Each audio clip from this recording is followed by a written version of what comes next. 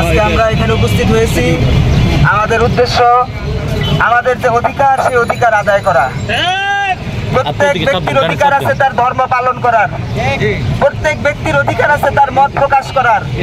আমরা এখন দেখতে পাচ্ছি আমাদের যে অধিকার, আমাদের যেই ধর্মীয় বিশ্বাস, সেই ধর্মীয় বিশ্বাসে একদল ব্যক্তি আঘাত করতেছে।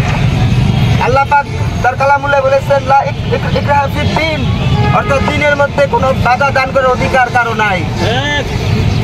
ওটা ধর্মই হইতে পারে না যেই ধর্ম আমাদের কারো ধর্ম বিশ্বাসের উপর আঘাত করে। আমাদের যারা সুফি অনুসারী রয়েছে, আমরা কখনো কোনো মসজিদে হামলা দেই নাই, আজ পর্যন্ত আমরা কোনো মাদ্রাসায় হামলা দেই নাই, কিন্তু শুরু থেকেই আমরা নির্যাতিত হয়ে যাচ্ছি।